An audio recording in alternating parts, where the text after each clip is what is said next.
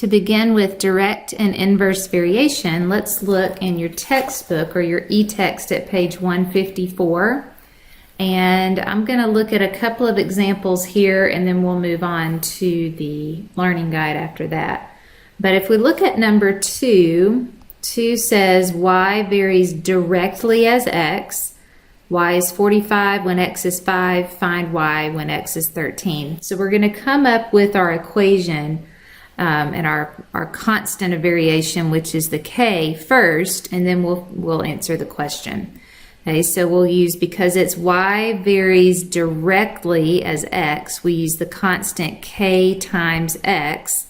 They've given us that y is 45 equals k times x is 5.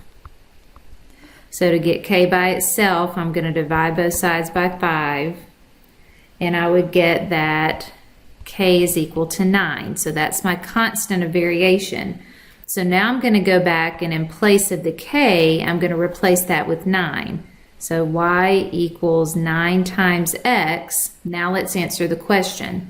Find y when x is 13. So y equals 9 times 13 would be 117. And that's your answer. Now let's look at number 4. Number 4 says y varies directly as x squared. So we would say y varies directly gives me that constant of k times x squared. Y is 45. We're looking for k. X is 3. So if x is 3, we're going to square the 3.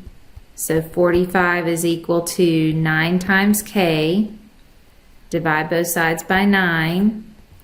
K is 5. Now we're going to plug that back into my equation.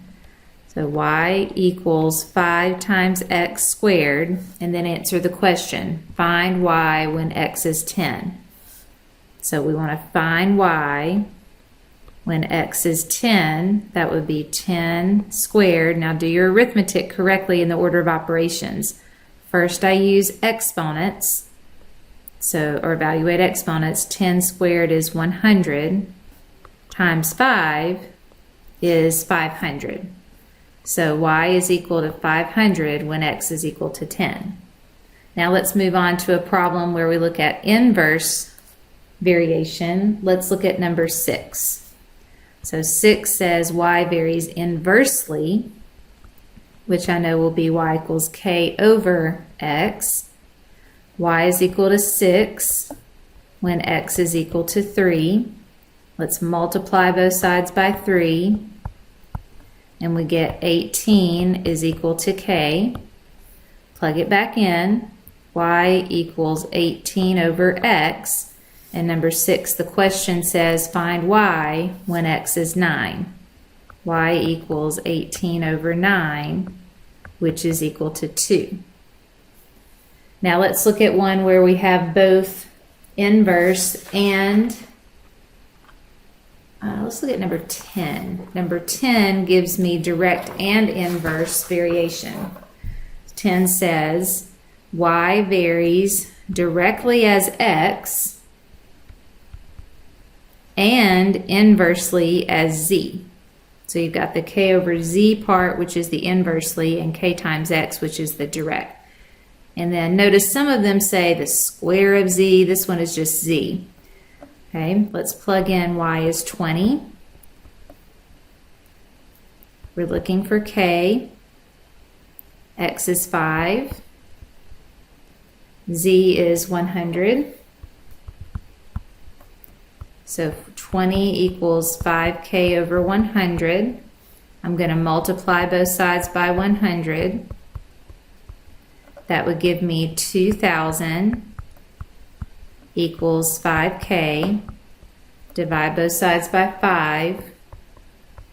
And k is equal to 400.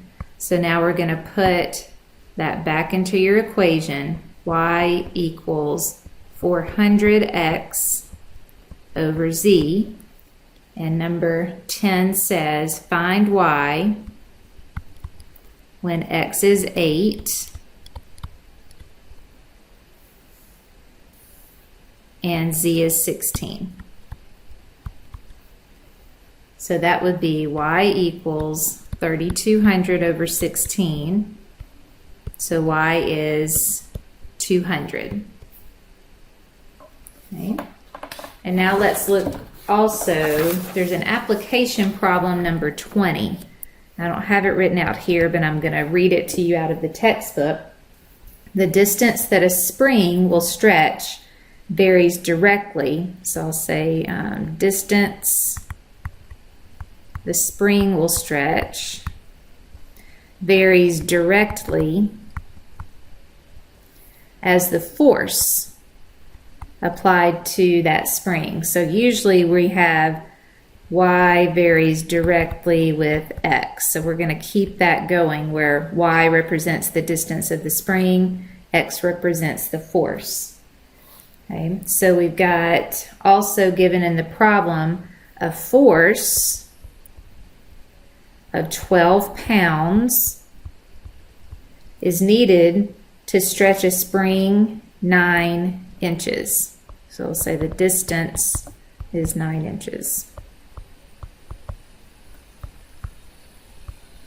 What force is required to stretch the spring 15 inches? So our question is force required to stretch it 15 inches. Okay, so let's set up our equation. We have direct variation, so we know that that would be y equals k times x.